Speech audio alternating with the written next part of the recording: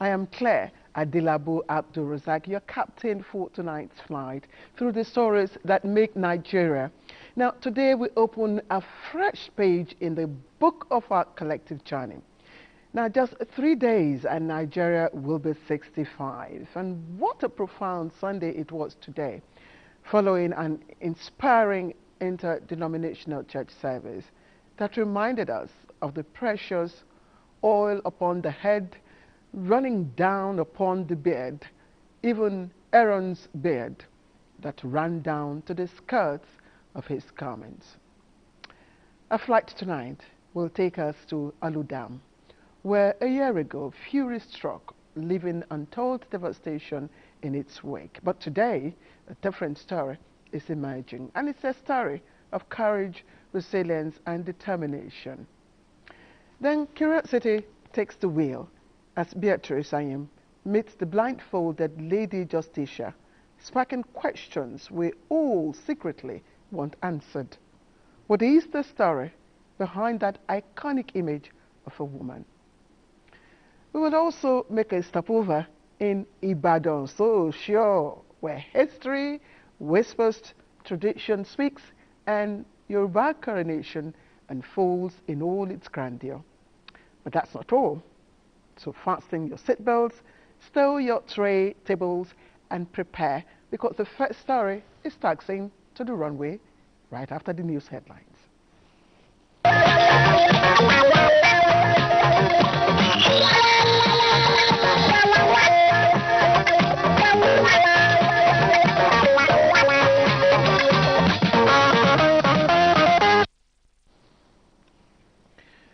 The federal government condemns and refutes recent allegations by certain international platforms and online influencers suggesting that terrorists operating in Nigeria are engaged in a systematic genocide against Christians, stressing that such claims are false, baseless, and despicable and divisive.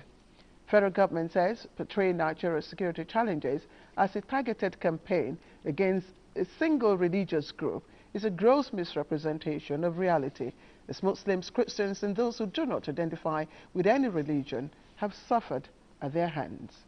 Between May 2023 and February 2025 alone, over 13,543 terrorists and criminals were neutralized and nearly 10,000 hostages rescued in multiple military operations across the country. It will be recalled that last month, the top leadership of the Jama'atu Ansaru Muslimina fi Biladis Sudan, commonly known as Ansaru, Nigeria's Al-Qaeda affiliate, was captured in a well-coordinated counter-terrorism operation. The federal government says it will continue to degrade terrorist groups and protect lives and property. In another development story, the federal government has secured enhanced funding commitment from the African Development Bank to operationalize the second phase of the special agro-industrial processing zones. Vice President Kashim Shettima made the request in New York during a bilateral meeting with AFDB's President, Dr. Sidi Ould on the sidelines of the 80th session of the United Nations General Assembly. State House correspondent Abdurrahman Jibrila reports. The Special Agro-Processing Zone Phase 2 expected to scale up climate-resilient infrastructure and inclusive agro-industrial growth across an additional 24 states, expanding from initial 8 states and the FCT, aimed at diversifying Nigeria's mono-product economy to value-added agricultural exports. The bank's support for innovation-driven enterprises. Justifying the country's request, Vice President Kashim Shettima said Nigeria is the largest shareholder in Africa Development Bank, and its portfolio hovers in the neighborhood of $10 billion. Our dream is to make tomorrow much better than today for our youth. We have no business being in business. The government has no business being in business. Our duty is to create the enabling environment, the infrastructure. The duty of the private sector is to provide the capital, the innovations, and the market linkages. and our youth, who constitute the bulk of our population. It might interest you, Your Excellency, to know that the average age of the Nigerian nation is 16.9. And by 2050, we'll surpass the United States, will be the third most populous nation on earth. So that goes to show the potentials of the Nigerian nation and the need for us to really act very fast. We need to work with, I am planning to have a series of consultations with banks and the DFIs and guarantee funds to make sure that we will work as a coherent system of financial institution contributing together to delivering on the African development. AFDV's president assured that under his leadership, the bank will spare no effort to provide Nigeria with the support it deserves in terms of developing its human capital. Earlier, Vice President Kashim Shettima held a bilateral meeting with the Prime Minister of St. Kitts and Nevis, Dr. Terence Drew, where they recommitted to strengthening economic and cultural ties. Going forward, we should have a robust engagement and understanding. We should stand by each other. We should stand for one another. We should stand on each other's interests. We think that this kind of communication and easy access to both countries can actually help significantly with the movement of people, which we already have, and can help to further trade between the countries. He further recalled that President Tinubu was in St. Lucia earlier in the year as part of his broader package of reaching out to Caribbean Africans in the diaspora. The Prime Minister decried the low level of trade and contact between Caribbean countries and Africa, expressed the country's readiness to work closely with Nigeria to boost trade on the African continent. From New York, Abraham Jibrila, NTA News. Meanwhile, Vice President Kashim Shettima has departed New York, United States, after successfully representing President Bola Ahmed Tinubu at the 80th session of the United Nations General Assembly. During his participation there, Vice President Shettima secured UN Secretary General Antonio Guterres' commendation for Nigeria's bid for a permanent UN Security Council seat. He also showcased Nigeria's $200 billion energy transition opportunity to global investors and strengthened strategic partnership with the UK on trade, defense and migration issues. The Vice President delivered President Tinubu's national statement calling for UN reforms and a permanent seat for Nigeria at the UN Security Council, even as he demanded Africa's control over its $700 billion mineral wealth and digital inclusion initiatives. He also engaged with the Gates Foundation in healthcare and education expansion, positioning Nigeria as the natural hub for the African continental free trade area's $3.4 trillion market. Vice President Shettima was seen off at John F. Kennedy International Airport, New York, by cabinet members who were part of the UNGA 80 delegation and Nigeria mission officials. He will return to Nigeria immediately after an engagement in Germany.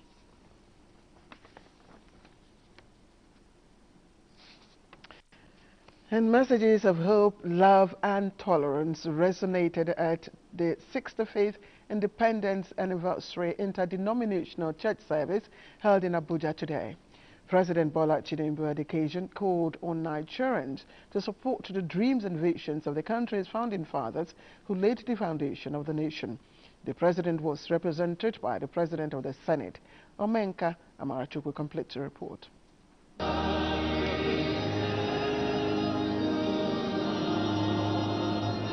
The hymn, Blessed Be the Tie That Binds, marks the beginning of the interdenominational church service as Nigerians gathered at National Christian Center Abuja to celebrate the nation at 65. President of the Senate, Goswell Ababu, reassured citizens of Nigeria's steady move towards desired development, emphasizing the need for collective efforts towards achieving a better Nigeria.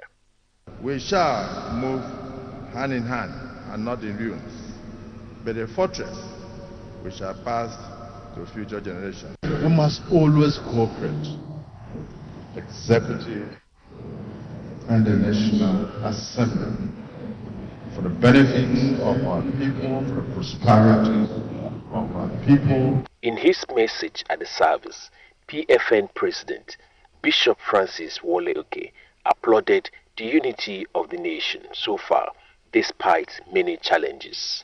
Let the insurgents lay down their arms.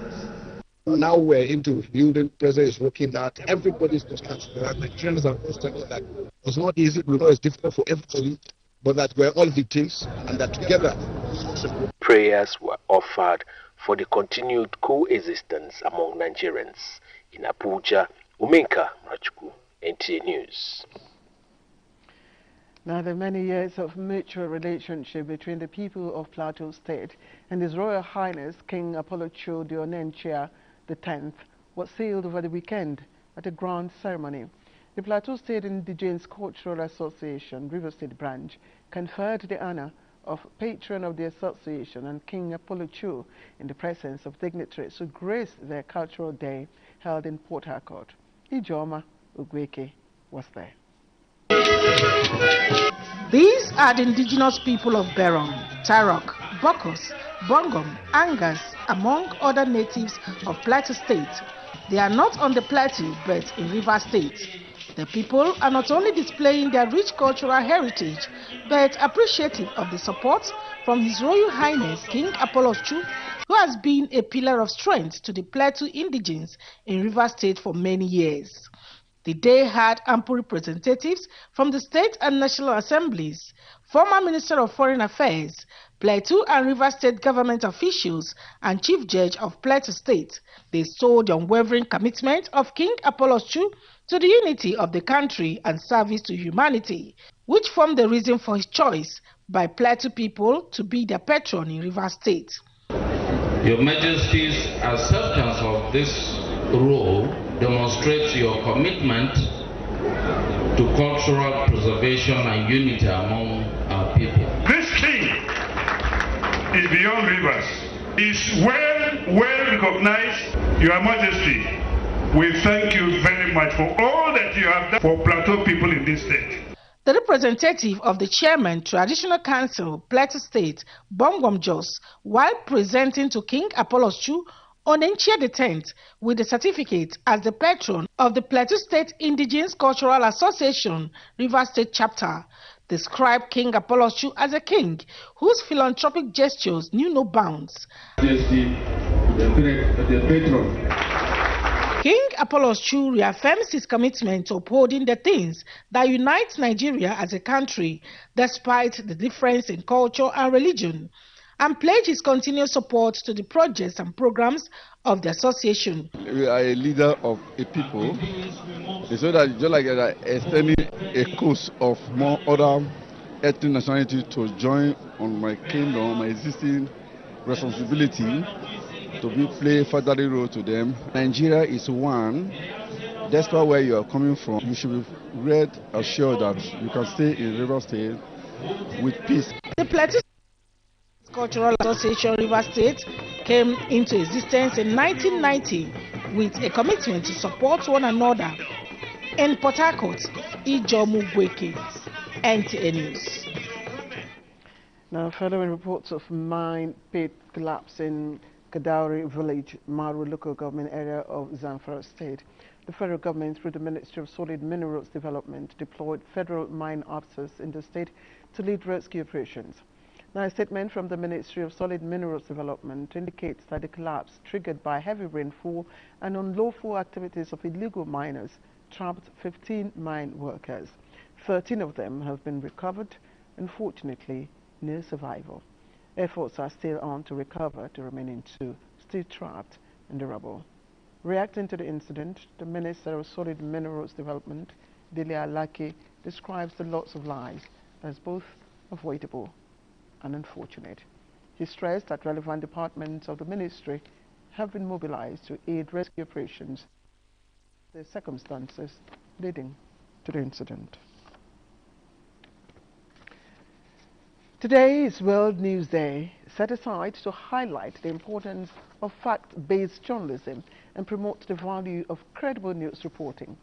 Now, this global awareness campaign aims to amplify the value of journalism, thereby emphasizing the crucial role journalists play in providing trustworthy news and information that serve citizens and the power of information from local to international communities. It is a global initiative that highlights the vital role of fact-based journalism in society, emphasizing the importance of quality journalism in promoting transparency, accountability, and democracy. The journalist would forever be married to factuality, fairness, accuracy, objectivity, and balance. Those are the parameters that drive his work. We should never ever confuse journalism with public service. But then I quickly need to say that you are a journalist does not mean that you should no longer pay heed to what we call national interest. Somebody asked somebody the other time, so you pursue facts, you want to expose them the way they are. What if you go to cover violence somewhere, and when you return to the newsroom, the news you put out leads to violence ×3? Would you have done a good job of journalism? So there is the need for you to also balance the interests of society when you do your work. The day also promotes media literacy and defends press freedom through advocacy for journalists' rights to report freely and safely, particularly in times of conflict or crisis. It further underscores the global commitment to open and reliable communications. Amina Baba Suleiman, NTA News. True. National interest takes precedence. All right, let's peep into the world of sports. And Bade, I'm wondering how you can still put up a smile tonight, considering that United did not just lose over the weekend, it also dragged all the big names, except Arsenal, of course, who knows how to win. Well, you forgot another Manchester club, talking about City, but not the best of weekends, even for Real Madrid. They will bounce back. Do not worry. I wish you the best of luck. All right, let's begin straight away from the volleyball court as day 9 action of the 2025 Comptroller General of Customs Volleyball Premier League in Abuja on Sunday produced some interesting results, with Nigeria Police, Kano Pillars, CNS and Customs claiming victories in their respective games in the men's category, while NSCDC, Customs, Olalomi and CNS also impressed in the women's category. So far, it's been an interesting run for the male and female teams of the Nigeria Customs Service, who have set a target of winning in both categories after a summer overhaul. The Comptroller General of Customs, Bashir Adewale Adeniyi, was at the Indoor Sports Hall to see some live games on Sunday, while also supporting the customs teams who have won their respective games. I would like to appreciate the CGC for the encouragement, and today we really appreciate his presence to witness our match. I think it really boosted our morale. His support has been overwhelming, and with his reformed policy that he needs a team that can of course compete at the African level and of course beyond the shore of Africa. So that is what we are trying to actually build up. Was very impressed with what he saw. We are happy that this is how they are playing. We still have matches to go, and we believe that the team will do better and then start preparing for next phase onwards towards the club championships. All right, away from the volleyball court to the football pitch now, as 5 match-day 6 games of the Nigeria Premier Football League were decided at different venues on Sunday, with 2 away wins and 2 draws recorded. The battle of newcomers in Owerri went in favor of visitors Barrow FC, who secured their first win of the season with a 3-1 victory over Kun Khalifa, courtesy of Ibrahim Yaya's brace at the Warri Township Stadium. Shooting Stars made it back-to-back wins as they came from a goal down to stun host Warri Wolves 2-1. In Lafia, Nasarawa United proved too strong for Katsina United with a 2-0 victory, while Ikorodu City and Eyimba drew 1-1. And of course, it was a day of mixed results for Nigeria on the continental level. As on Sunday, Rivers United secured their passage to the next round of the CAF Champions League after beating Aglo du Congo 1-0 to advance 1-0 on aggregate, courtesy of Steve Moya's 46th-minute goal. Kwara United and Abia Warriors were, however, not lucky as they lost their respective games to crash out. In Abeokuta, Asante Kotoko ran out 1-0 winners against Kwara United to advance 5-3 on aggregate, while Abia Warriors also lost by the same margin to Joliba to lose 1-2 on aggregate. And away from Nigeria to the English Premier League, where Gabriel's 96th-minute header sealed a dramatic 2-1 victory for Arsenal at Newcastle to close the gap on Liverpool to 2 points. Substitute Mikel Merino had headed Arsenal level with 6 minutes of regulation time to cancel out Nick Votemad's first-half opener. Earlier at Villa Park, Aston Villa secured their first Premier League win of the season after coming from a goal down to beat Alex Iwobi's Fulham 3-1. The last match of Week 6 comes up on Monday between Everton and West Ham United. Of course, that does it on Sports Tonight. Let's return to Claire, who's still celebrating Arsenal's victory. Well, Barry, thank you. You know, we get engrossed with the Premier League that we forget our own. So we just keep our fingers crossed for Rivers and Kwara United in their CAF outings. Thank you, Barry. You're welcome. All right, let's check out the weather forecast for Monday across Nigeria. Welcome to the weather update. As we look ahead to Monday's forecast, the bulk of the rainfall activity is expected across the southern parts of the country, where thunderstorms accompanied by moderate rainfall are likely during the morning and evening hours.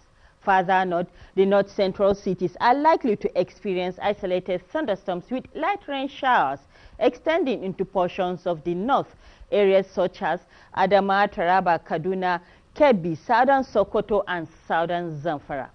And that's the weather update. But remember to stay informed and stay safe. Thank you for watching.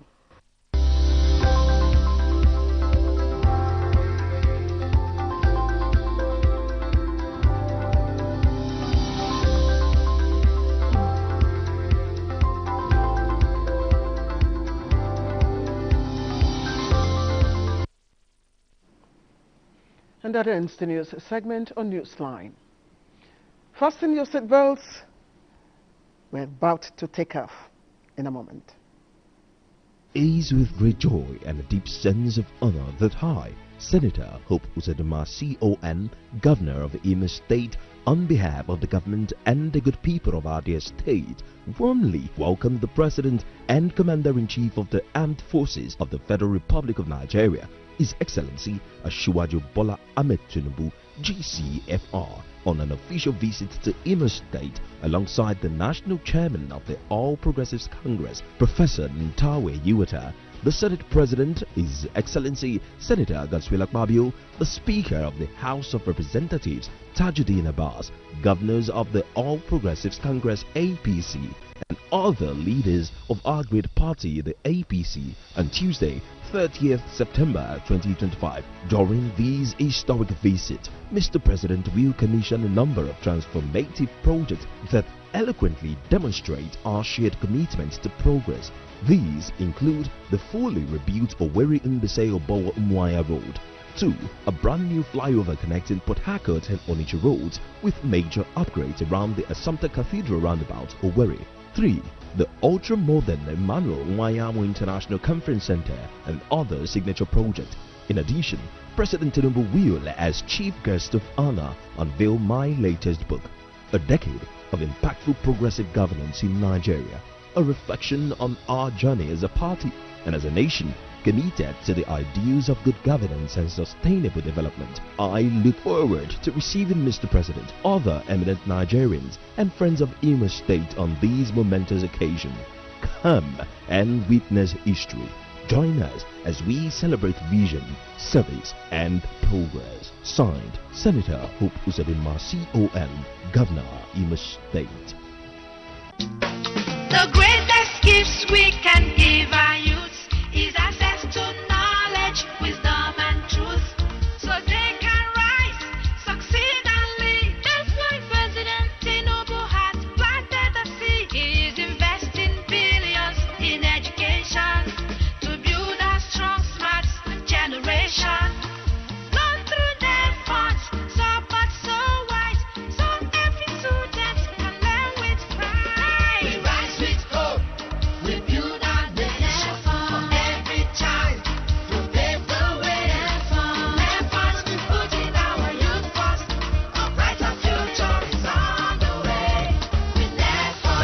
comeback story is not yet complete, but it is firmly underway. Renewing hopes, rebuilding Nigeria, powered by Citizen Connect initiative.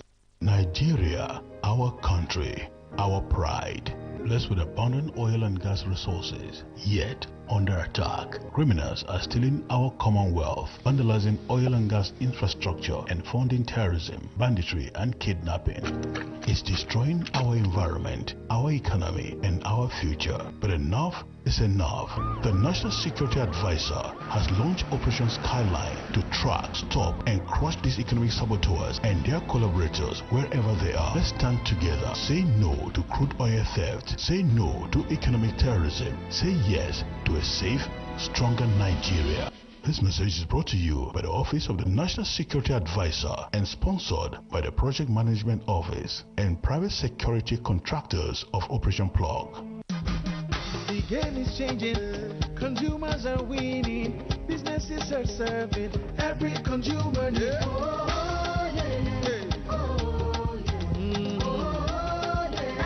Yes, every business must play fair and deliver what they promise. Never promise the world and deliver a village.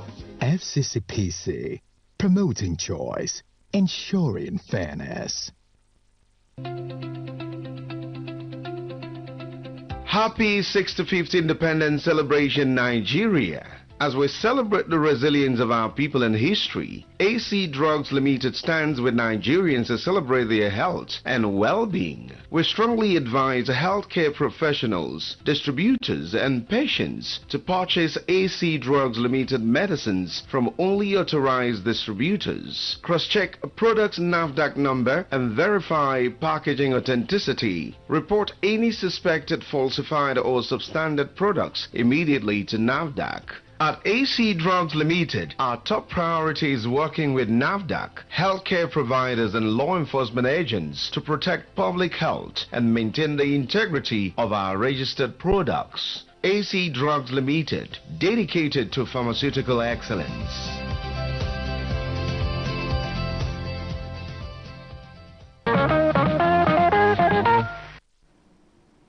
All right, welcome to the Newsline airwaves, and our first stop tonight is in Borno State. Now, precisely 1 year ago, Alu Dam became the epicenter of one of Nigeria's worst flood disasters. When its embankment gave way, torrents of water swept through Maiduguri and neighboring communities, destroying homes, washing away farmlands, and displacing thousands. Families who had lived off the water suddenly found themselves at its mercy. But today, the scars are still there. But so is the determination to rebuild. Fishermen are back on the waters, women are restarting small businesses, and children are returning to school. All part of a quiet but powerful story of recovery. Tina Toro visited Alu Dam a year after.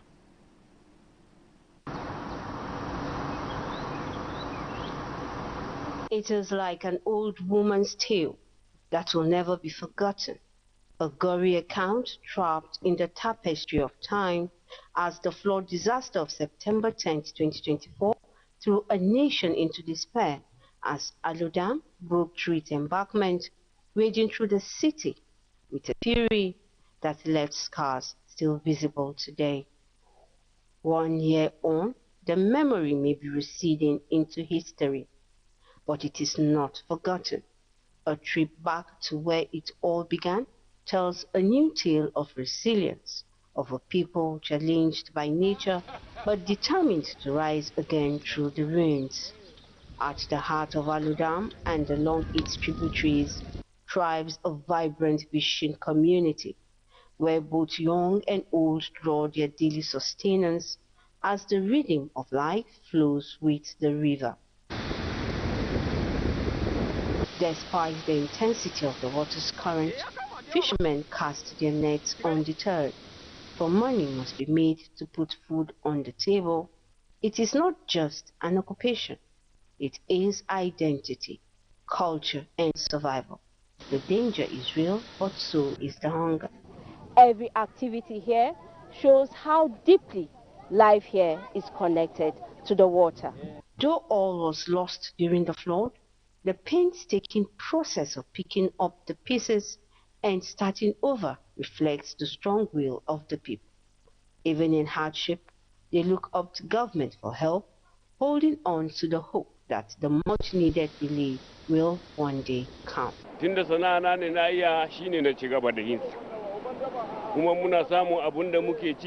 I have been working here at Alo Dam for over 40 years. Fishing is the only profession I know best, and it is our only source of livelihood. Our major problem is fishing tools and boats, and the tides of the water is massive, to which we cannot fish without boats. I have been fishing here since I was 12 years old. My boss took me in and trained me to be a fisherman. When he goes on the water and brings back fish, I will take them out of the net, and soon I was able to go out fishing with him on boats. Now I am on my own, fishing for a living.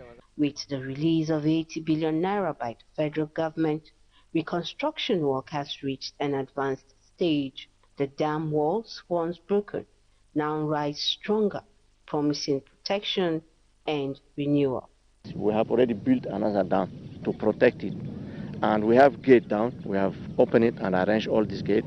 All they are working very fine now. They can open and close at any time we want, and we are sure that no more any overflow in this place. But Alo Dam is more than just concrete and water.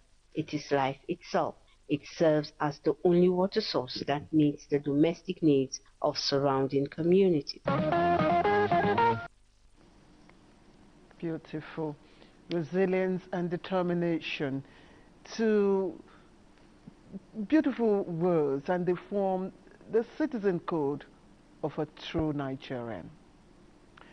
And next, in front of almost every courthouse here in Nigeria, and indeed around the world, a familiar figure stands watch.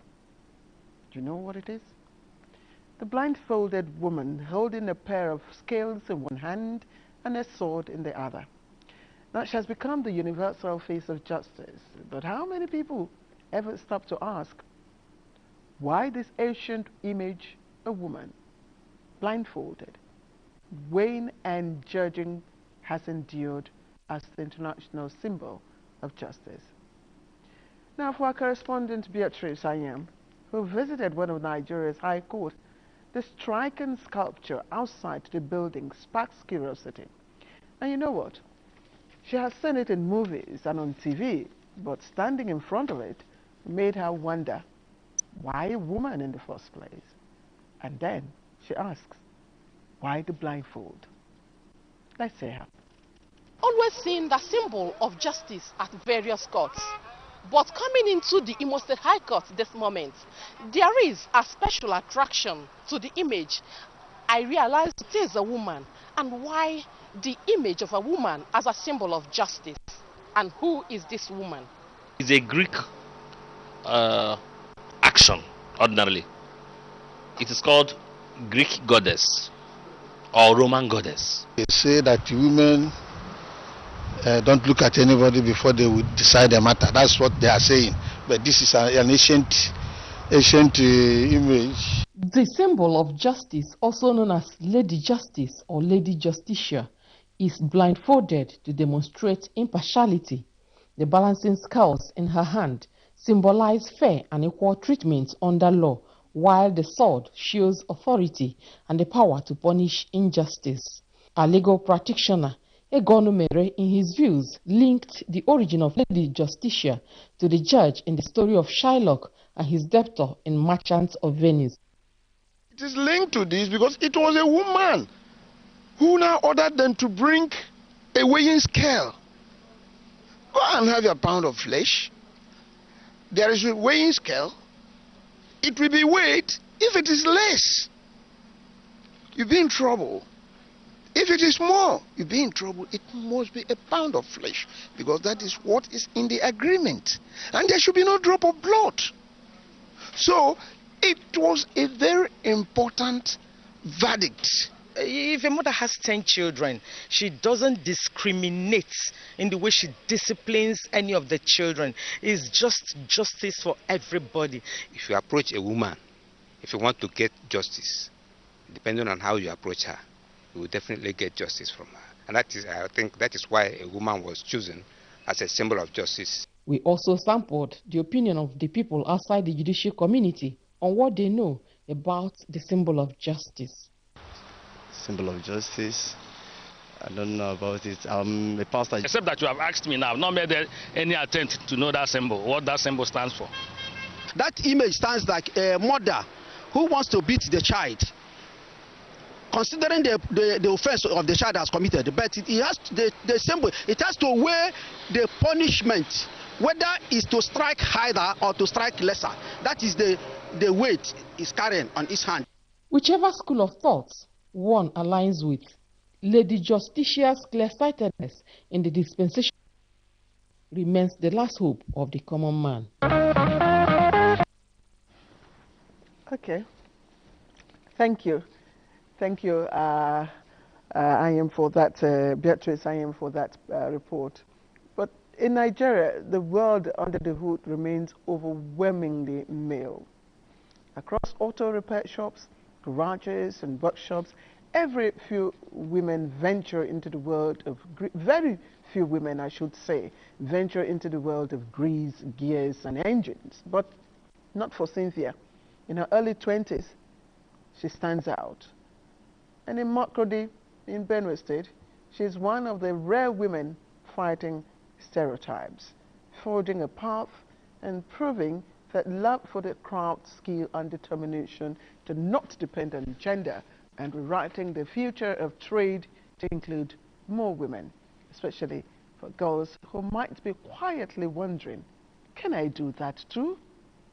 Blessing Omechebute leads us to Cynthia's workshop.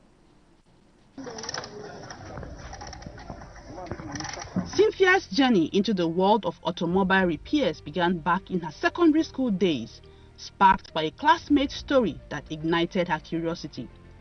Despite initial resistance and discouragement from family and friends, her passion burned brighter than the obstacles. Today, barely 2 years into the trade, Cynthia has mastered her craft and also earned respect and recognition as one of the few mechanics in her community. For Cynthia, the road has not been easy. She admits perseverance and consistency have been her driving force against distractions and the temptation to quit. If you want to do your thing, but the best thing is that do something that like will be better in your future tomorrow. That's just it. Do something very nice, like there's carpenter, or you can do carpenter. There is weather, even if you don't want to be dirty. Like carpenter don't used to be dirty, like electrician don't used to be dirty. You can still do electrician work, you can still do carpenter work, because many of them were looking down on me that time. They'll be like, who is this dirty girl? Why is she dirty? Why is she this? But now, her courage and dedication have impressed professionals and colleagues alike, who describe her as a shining example in a male-dominated field. Don't feel distracted in any other way. She enjoys the work.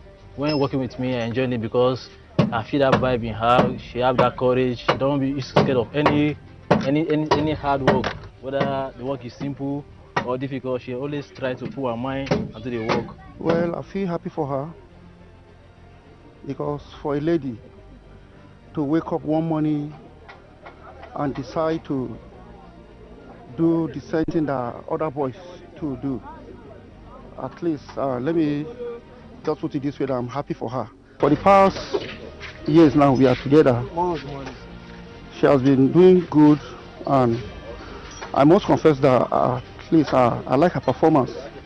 Beyond fixing cars, Cynthia is also determined to change mindsets, proving that skill, hard work and dedication have no gender. Cynthia, the lady mechanic, stands as a living proof of the adage, where determination exists, success is sure. That's the spirit, girl. Now, is it a boy or a girl? That's a question as old as childbirth itself, still whispered in delivery rooms and family gatherings, in Kano, in much of Nigeria.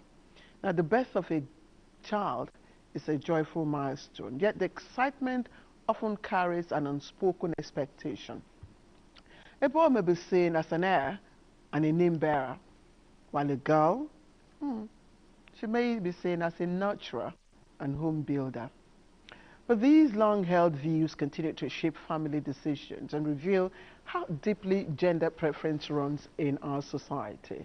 And tonight, Fatima Sanusi takes this question to the streets of Kanu, asking why gender still matters so much. Now, her report uncovers shifting values, rising awareness, and personal stories that show how education, religion, and changing times are slowly challenging old stereotypes and redefining what it means to welcome a child, boy or girl, with equal love. Cry of a newborn is the sweetest sound in any family. It announces life, joy, and continuation of a lineage. In Hausa tradition, such a birth is marked with 7 days of celebration, filled with laughter, prayers, and thanksgiving. But sometimes that joy is sadly clouded, not because the baby is unwell, but because of gender. When she gets married to her husband, her name will completely change off from your own name as the father. But the baby boy, his name remains his name with his father name. That will continue ringing bell. A male contributes mostly in the economic affairs of the family. And at times you will find out that they contribute more than female in the financial aspect. Female children, though cherished by many, often face discrimination as if their worth was less. Yet, times are changing. Today, the world has countless examples of women who led, inspire, and uplift entire nations. The Hausa proverb reminds us that duk ɗa ɗaya ne, mace ko namiji, meaning every child is equal, whether male or female. Like me now, I'm taking care of my mother and my sister, but we have male in the home and they are not doing anything. It's a gift from Almighty Allah. And you as a Muslim or a Christian, I don't think you have a choice to decide for God. Anything God will give me, I thank God. It is natural from Allah subhanahu wa ta'ala. And science tells us something else. It is the father's chromosome that determines the gender of a child, a truth that shatters age-old blame placed on women. When a male and female come together and reproduce, we have the female, of course, gives one of her exes, and then the man, if he gives his own ex, you have XX and a female is born. Whereas if he gives his Y, it becomes XY and a male is born. This is what happens in the normal scenario. We don't know what is the right and we can't know what is the wrong. It's only Allah Almighty. So all what we have to do, if we got married, we're supposed to be praying day and night. Oh Allah, give us the best. When I'm taking us again to the scripture, the Bible also made us to understand again in the book of Joel chapter 2. Verse 20 said, in this last day I will pour out my spirit upon all flesh. And he say, your male and female will be prophesying. He did not set aside a female or male will be prophesying. The debate over gender preference may continue, but advocates hope that one day families will ask one question after birth: is the child healthy? Because in the end, every child is a gift from God. Absolutely, every child is a gift from God. Now, Glow Foundation, one of the leading communication networks in Africa, has carried out a one-day exercise, and it's called Giving Back Together at Urhobo College in Efurum Uve local government area of Delta State. Now, that's in Delta Central Senatorial District. The initiative by Glow Foundation aligns with its corporate social responsibility to positively impact communities and support a vulnerable population.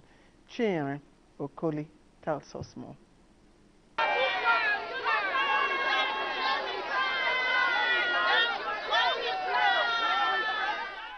The exercise, which attracted thousands of women from various local government areas that make up the district, put joy and smiles on the faces of the women as they received food bags containing different items from Glow Foundation. This food that they give to me, God will bless Glow. It's higher. They have the feeling of giving. This afternoon, I say, may God protect everybody. Thank you to Glow Foundation, and God will bless them, we provide for them. Today, I'm so very happy to have this food stop. They make food enter people's pots today. Now God gonna bless Glow. Anywhere where we say that they go, they're gonna glow, they go. The wife of the governor, Tobore Oborowori, represented by Jerome Sam Oligida, wife of the Commissioner for Trade and Investment, Delta State, officially flagged off the exercise. She lauded Glow Foundation for the initiative, stating that it would go a long way in cushioning the effects of hunger in the families of the women. With all that I've seen today, they put up great resources, manpower, and strategy to make this possible. So, great kudos to them. It's a way of elevating the pains of the people and putting smile on the faces of the public. Jumo Mofe Damijo, head of Glow Foundation, while appreciating the women for their impressive turnout, said the Giving Back Together exercise aligns with the foundation's 4 pillars: health, education, technology, and community relations. We're saying thank you to our subscribers, as they are also saying thank you to Glow Foundation. So this is what we're about, and we will continue to travel around Nigeria to make a difference. Ufoma Dogon, senior manager of corporate social responsibility, explained that the food drive is an intervention program aimed at reaching out to women, the vulnerable and the less privileged. We are giving to every single, we don't have, you can see we give to the physically challenged, we give to pregnant women, we give to people carrying babies. The only criteria is that you have a token. By organizing events like Giving Back Together, the foundation aims to address pressing issues such as hunger and poverty among women in the region. All right, don't forget to glow with Glow. This is Newsline. Let's take a break. We'll be right back.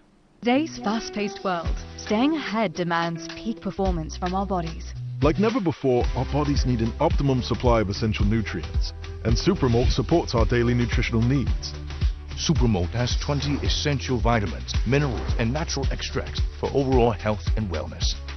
One Supermalt a day gives you energy and vitality, improves your mental performance, and supports your immunity.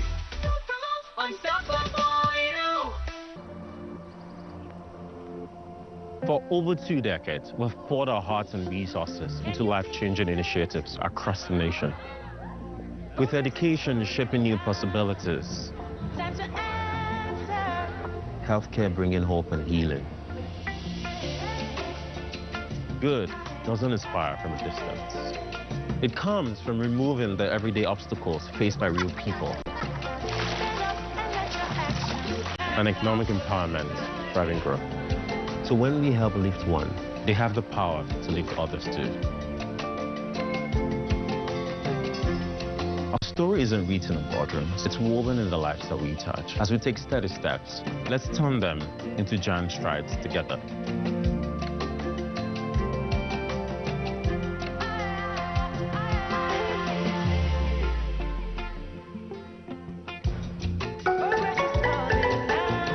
When malaria knocks you down, you can be sure parasites are having a party in your system. Welcome to our new kingdom, guys! Comel, an effective weapon against malaria.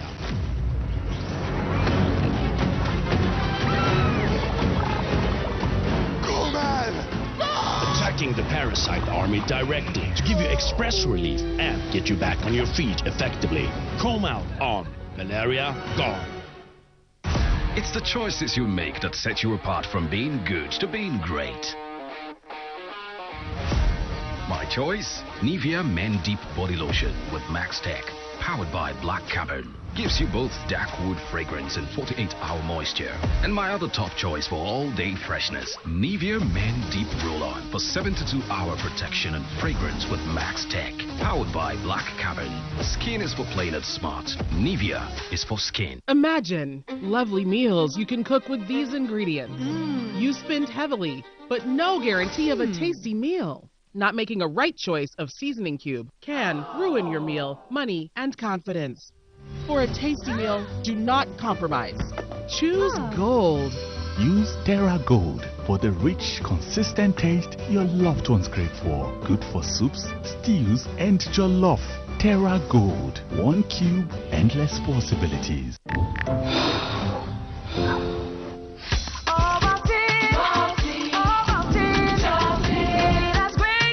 Big day ahead.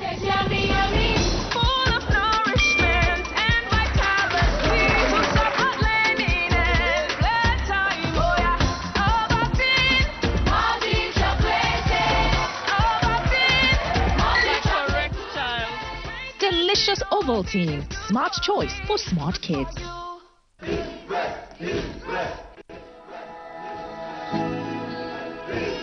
Guys, food is ready.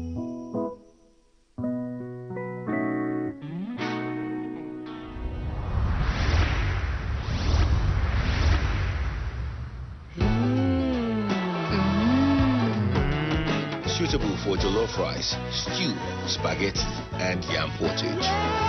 Cooked to impress. What makes a true leader in the game? Is it being the first to start?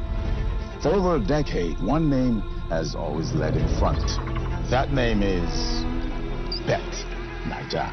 Bet Builder, Bet Freeze, One Up, Bet Boom.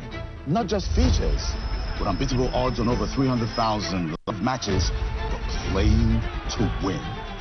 Just another reason why Bet Naija is truly Nigeria's #1. The entire Obi Mogwe Odua family of Umoje Umonaje quarters, Asaba, and the Etubabagiwa family of Italero Ijebuode announced the passing on to glory of our wife, mother, grandmother, sister, auntie, cousin, in-law, and dear friend, Lady Adunola Teresa Taibat Odua Ni Etu, aged 74 years. Funeral arrangements. Thursday, 2nd October 2025, 5 p.m. Wake Keep at St. Joseph Catholic Church, Okeado, Ibadan. Friday, 3rd October 2025, 7 a.m. Lying in state at her residence. 9 a.m. Requiem Mass at St. Joseph Catholic Church, Okeado, Ibadan. Interment follows immediately at St. Cyprian Catholic Cemetery, Okeofa. 2 p.m. Reception at Malvi 21 Event Center, Ring Road, Ibadan. Announcer Mr. Samuel Aike Shegun Odua for the family.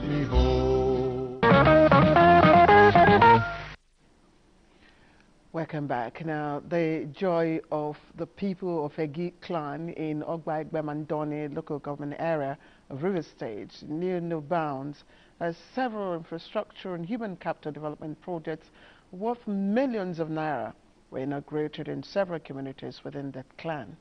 Now, these projects were executed by the Obagi Oil Fields Communities Development Trust, which is an offshoot and product of the Petroleum Industry Act.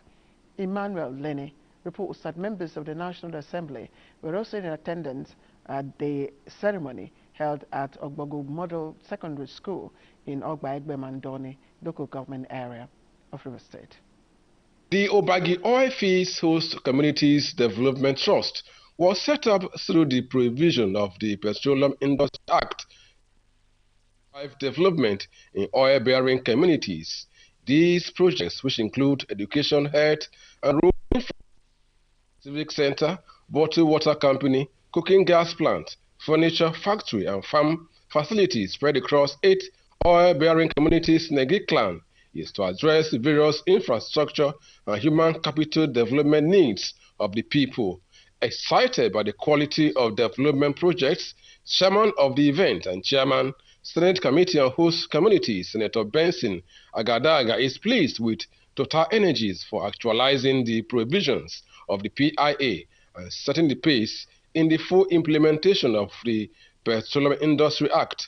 Deputy Governor of Rivers State, Professor Ngozi Odu, commended President Tinubu and the National Assembly for the initiatives taken to implement the Petroleum Industry Act. We are here to see the handwork of a board of trustees here in Ogoko community, the Obage oil fields. Today we are just running the achievements of the PIA. We want to especially thank Hobson for the good job, for the focus, for the determination, and for all the sacrifices you have made. To the Managing Director of Total Energies, the day is not only a celebration of infrastructure, but celebration of sustainable partnership, synergy, and commitment of Total to the well-being of its host communities. Projects span key areas such as infrastructure, education, human capacity development, economic empowerment, healthcare, and social and cultural advancements around the OML 58 communities. And for the Chairman,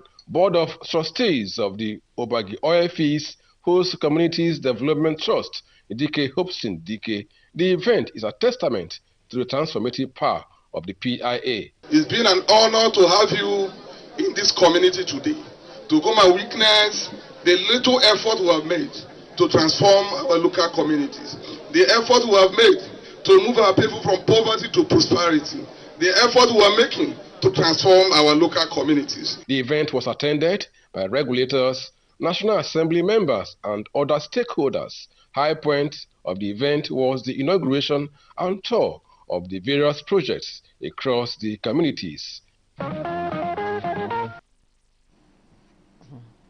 Now, IHS Nigeria is an independent owner, operator, and developer of shared digital communications infrastructure in the world.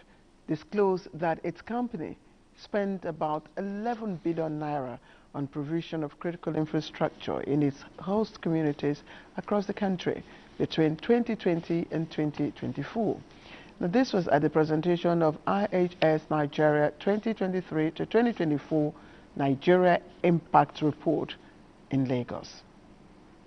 That was the official presentation of the IHS Nigeria 2023-2024 Impact Report, titled Beyond Impact, Advancing Nigeria's Sustainable Development. With over 5 billion naira spent between 2023 and 2024 on critical infrastructures, IHS Nigeria is committed to sustainable development, community engagement, and fostering of innovation across the country, in line with President Bola Tinubu's renewed hope agenda.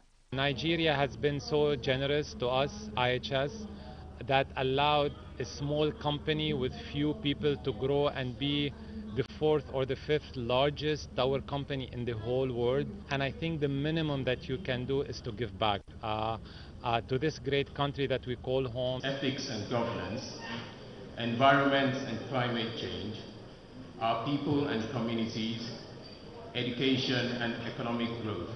See us participate extremely actively across the nation. For the benefiting communities and partners, the impact of IHS Nigeria in putting smiles on the faces of citizens and the 16,000 communities where they operate across the country cannot be overemphasized. It's a Nigerian company that is international everywhere, in Brazil, Dubai, everywhere. It's a great impact, and it's touching the lives of the untouched. A very strong partner of UNICEF. As you know, UNICEF works to protect and to defend child's rights, child, adolescent and youth rights. And IHS Towers has been working with us in many fields, including health, including access to water and sanitation, including young people's transition from learning to earning. The company, which started as a provider of site-built services for mobile network operators in Nigeria, has gone on to develop deep expertise in all aspects of telecom towers. IHS Nigeria, creating a long-lasting impact that positively affects the lives of people, remains its major objective through sustainability, which is the core value of the company.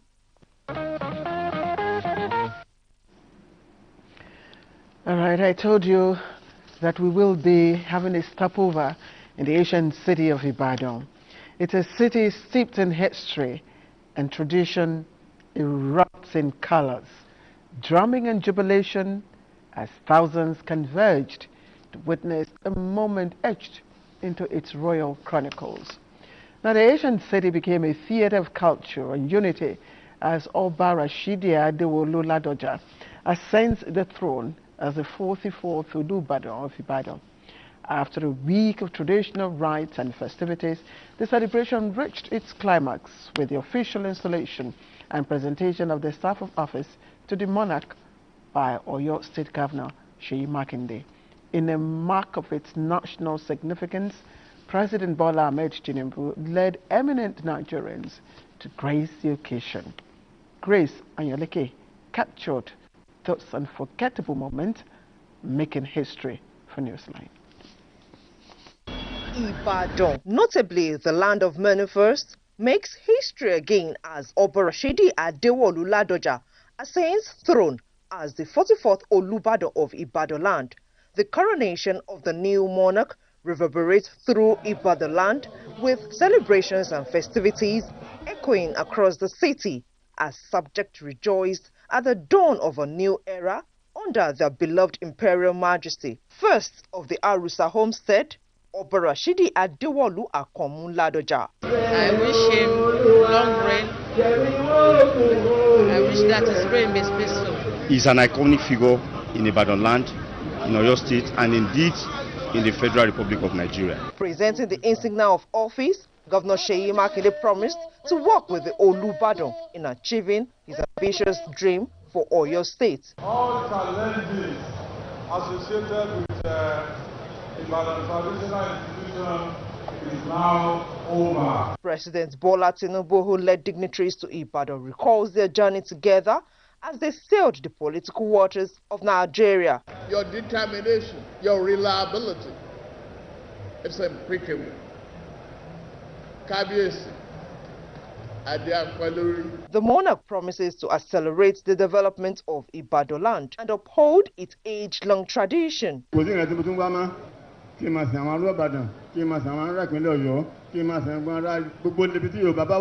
engineer of repute, accomplished businessman and politician, born 25th of September 1944, Oba Rashidi Adewolu Akomu Ladoja's accession as the 44th Olubadan is not a mere coincidence. A man of many firsts for a city of many firsts.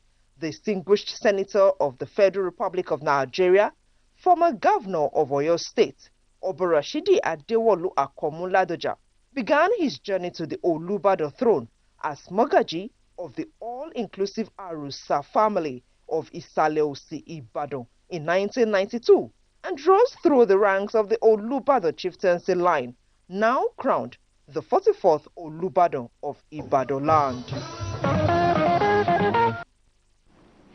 Congratulations to the Olubadan of Ibadan land. Now, what began as a friendship in the lecture halls of a United Kingdom medical school has blossomed into a lifelong journey of I do. Now, Dr. Oluwatoyin Koka and Dr. Timothy Waive, son of Senator Francis Ejirogene Waive, first crossed paths as students in the UK, sharing dreams of saving lives. Now, years later, those two shared dreams and have brought them to the altar. Now, at the historic Methodist Church of the Trinity, Tinubu in Lagos, the couple exchanged heartfelt vows before family, friends, and Lynn Lenike was also there.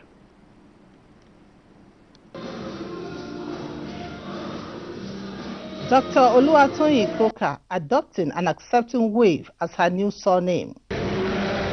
Right Reverend Stephen Tunde Adegbite, Bishop of Ikeja Diocese and Chaplain, Aso Rock Chapel, charged the couple to hinge their marriage on the Word of God and remain patient always with each other. I've married a very kind-hearted, loving and good person, and I count myself blessed for this. I'm happy that it has all gone well, and I'm excited for the life Tim and I will be building together. I employ them to always share understanding. If there are challenges they have in their home, they should discuss it. These vibrant performances were testament to Nigeria's rich cultural heritage, blending traditional dance steps from Urhobo and Yoruba dynasty of Lagos Island.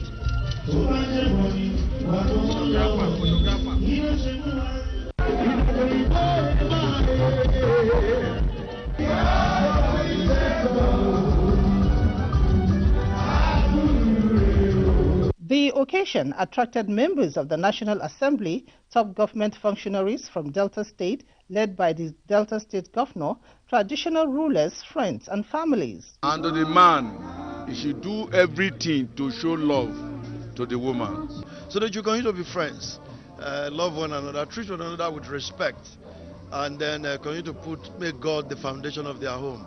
I thank God for making it possible to come to pass, and I give God all the glory.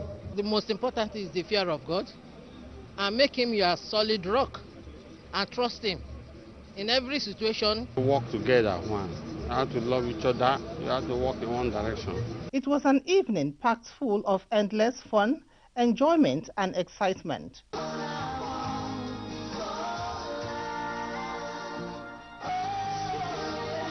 The couple had earlier fulfilled the traditional wedding rites, where the bride's rites and other rites were performed by both families. As the newest couple in town begin a new life, the charge for them is to sustain the sizzling romance till the end of time.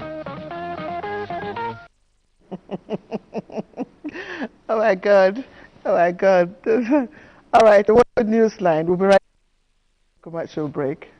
It is with great joy and a deep sense of honor that I, Senator Hope Uzodinma CON, Governor of Imo State, on behalf of the government and the good people of our dear state, warmly welcome the President and Commander-in-Chief of the Armed Forces of the Federal Republic of Nigeria, His Excellency Asiwaju Bola Ahmed Tinubu, GCFR, on an official visit to Imo State alongside the National Chairman of the All Progressives Congress, Professor Ntawe Yuata, the Senate President, His Excellency Senator Godswill Akpabio, the Speaker of the House of Representatives, Tajuddin Abbas, Governors of the All Progressives Congress APC, and other leaders of our great party, the APC, on Tuesday, 30th September 2025. During this historic visit, Mr. President will commission a number of transformative projects that eloquently demonstrate our shared commitment to progress.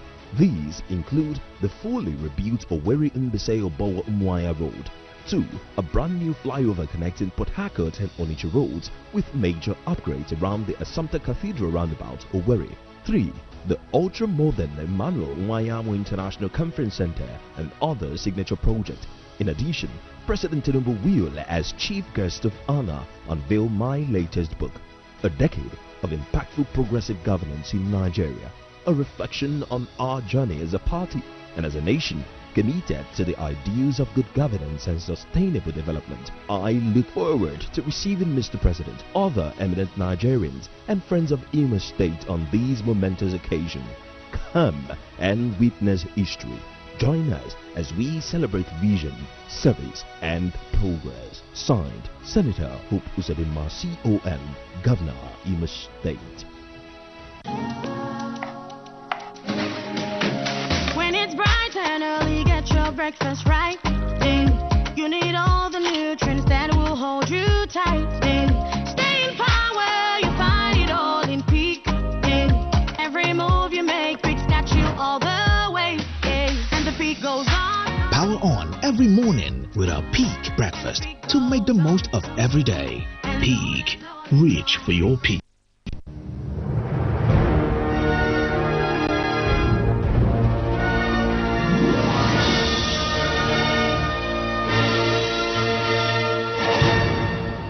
TerraCube is available in beef, chicken, jollof and shrimp flavors at attractive prices of 50, 100, 200 and 500 naira. TerraCube, unwrap joy, unleash taste.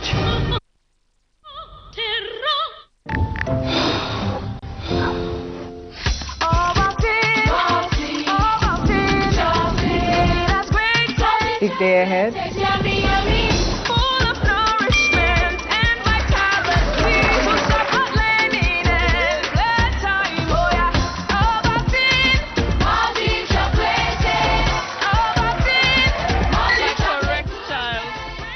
delicious Ovaltine. Smart choice for smart kids.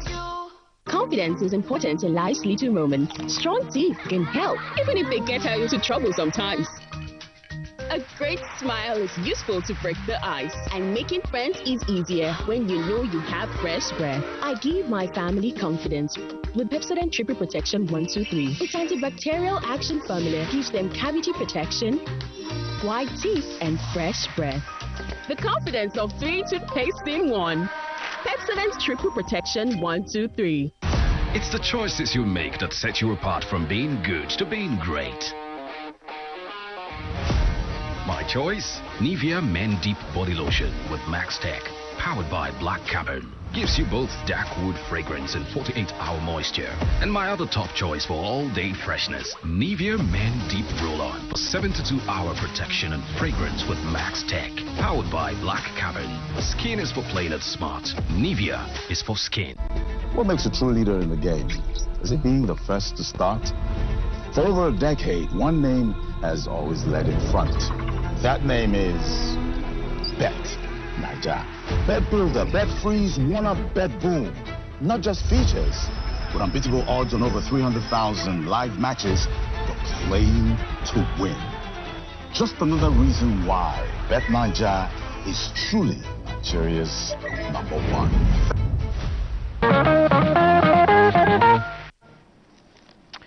Welcome back. Now, one moment she was walking home, and the next she was fighting for her life in a torrent of flood water. 15-year-old Amarachi Kimefuna never made it back. Despite frantic rescue efforts, the young girl was lost to the flood. Rosemary Molteleng Bilal was at the area where the incident happened. We do advise viewer discretion. Meant to be a simple errand, but it became a nightmare for parents of 16-year-old Amarachiki Ekemefona, an SS3 student of Noah's Ark International Academy in Asopada community of Nasarawa State. Amarachi left her home on a routine errand, but never returned. She was swept away by raging flood waters. Before I knew it, people were shouting, and around there, I saw my daughter on top of the rock. Before then, the water had filled everywhere. No way for her to come down. So people was there trying to rescue her. Residents recount the horrifying moment Amarachi slipped under the surging waters. There were 3 of them who went there, herself and the 2 sisters. But when the water was coming, the 2 sisters managed to jump to the other side. While she was trying to jump, before she would jump, the water has taken over. As that water come on force, which nobody will fit into and go and carry the child. So they put the rope for the boy at the gate to tie herself so that they would draw her. Then drawing her now, maybe the rope caught. Our parents struggled to come to terms with the sudden disappearance of their daughter, clinging to faint hope she might still be found. The parents said, okay, come down from the upstone. So in process of coming down, she reached one corner where the water was covering in a particular height. The village head of Asopada describes the incident as heartbreaking and calls for urgent interventions in form of drainage systems and embankments to protect the community from further tragedies. So we are appealing to the government to come to our aid to construct some bridges for us. Just the way I have pinpointed, I have been to a political firm which have sent to us.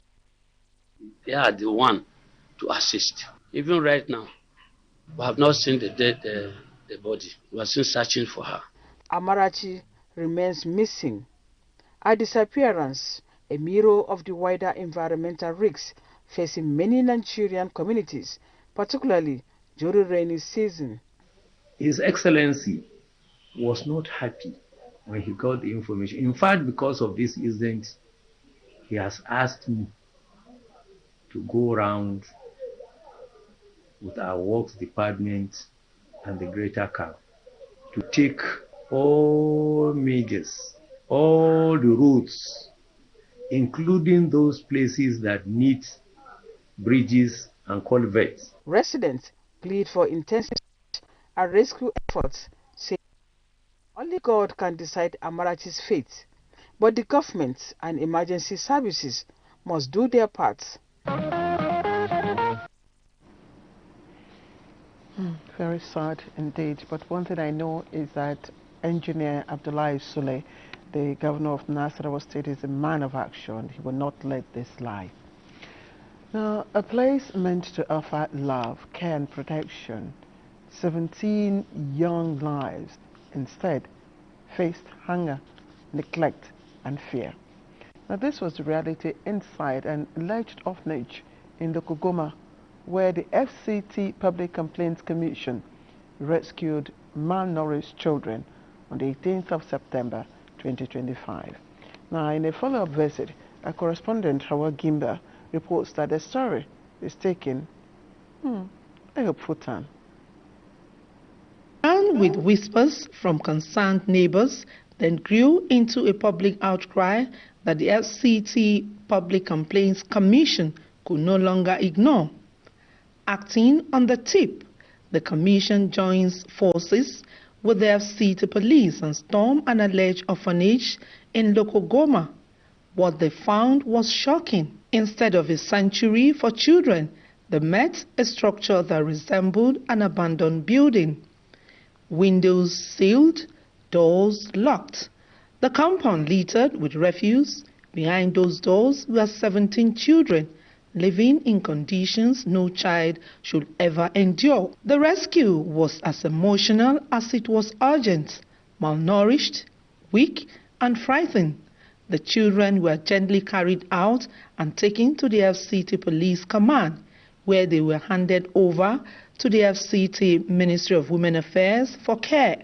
Monday Secretary Adedayo Benjamin Lani, visibly shaken by the sight, describes it as one of the most heartbreaking cases she had ever witnessed. Violence against children isn't just about the physical abuse, it's about the psychosocial traumatic abuse of life and of destinies. It is heartbreaking to see what I have seen today. And but again, I want to say that this is a result of the very intentional will of the Federal Capital Territory Administration under His Excellency the Honorable Minister Dr. to make sure that the scorecard of every mandate secretary must report renewed hope. Renewed hope for children is also hope for them in the place of their life expression and experience. The child is the father of the man. A childhood trauma can traumatize the rest of a child's life. And this is why now, clearly, this has to be done.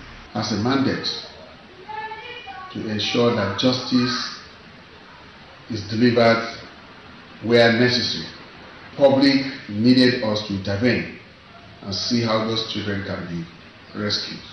They were trapped in the name of orphanage home. Fortunately, the Nigerian police acted swiftly through the divisional head of that station and mobilized men to that site, and what they saw was actually a very sympathetic situation. For now, the children are safe, receiving medical care, nutrition and psychological support. The FCT education authorities have also pledged to help them return to school, so their dreams and childhood are not lost to this ordeal. Behind me is the alleged illegal orphanage here in Lokogoma, remains under lock and key.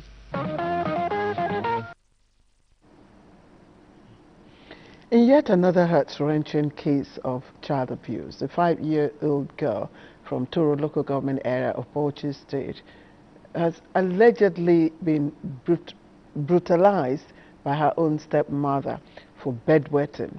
Now, this incident mirrors a similar case of minor assault in the same locality featured on Newsline some time ago. Now, the recurrence of such acts within a short period has sparked concern among residents and, of course, child rights advocates who are calling for stronger community vigilance and stricter enforcement of child protection laws. Maria Mubala tells us more. 5 harrowing days. A young girl in Bauchi allegedly endured relentless torture at the hands of her stepmother. Her offense is bedwetting. Until she could no longer bear it, she fled to her uncle's house for safety. She said her stepmom used hot spoon to burn her, and this is not the only place. It is my stepmom that used to burn me. She said I used to bedwet.